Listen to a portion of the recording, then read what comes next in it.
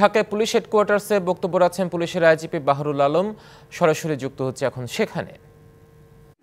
সদস্য হিসাবে যথাযথভাবে নিজ নিজ দায়িত্ব পালনে আপনারা নিয়োজিত থাকুন। আপনাদের পেশাগত নিরাপত্তা ও সার্বিক কল্যাণ নিশ্চিত করা আমাদের পবিত্র দায়িত্ব।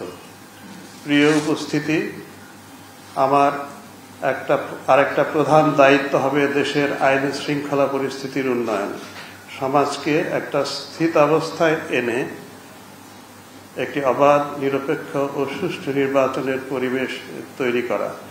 এই লক্ষ্য অর্জনে আমি আপনাদের সকলের সার্বিক সহযোগিতা কামনা করছি।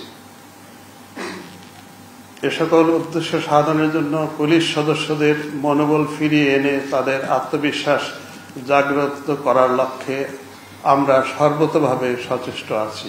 রিগেল এম্পোরিয়াম হানিবার্ড অফারে জিতে নিতে পারেন ইন্দোনেশিয়ার বালিতে স্বপ্নের হানিমুন।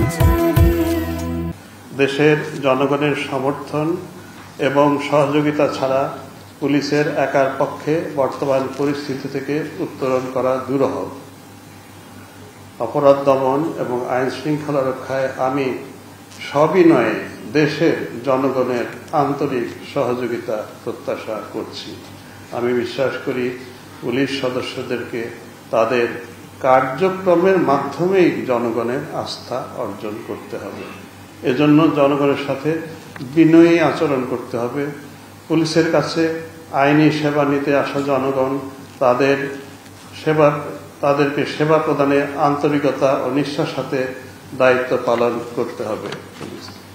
অপরাধ সংঘটিত হলে প্রযোজ্য ক্ষেত্রে পুলিশ বাহিনীর দায়িত্ব হচ্ছে তল্লাশি করা, মালামাল জব্দ করা, অপরাধীকে গ্রেফতার করে আদালতে সোপর্দ করা। বাংলাদেশ পুলিশের উপরে অর্পিত আইনি দায়িত্ব আমরা যথাযথ পালনে সচেষ্ট থাকব।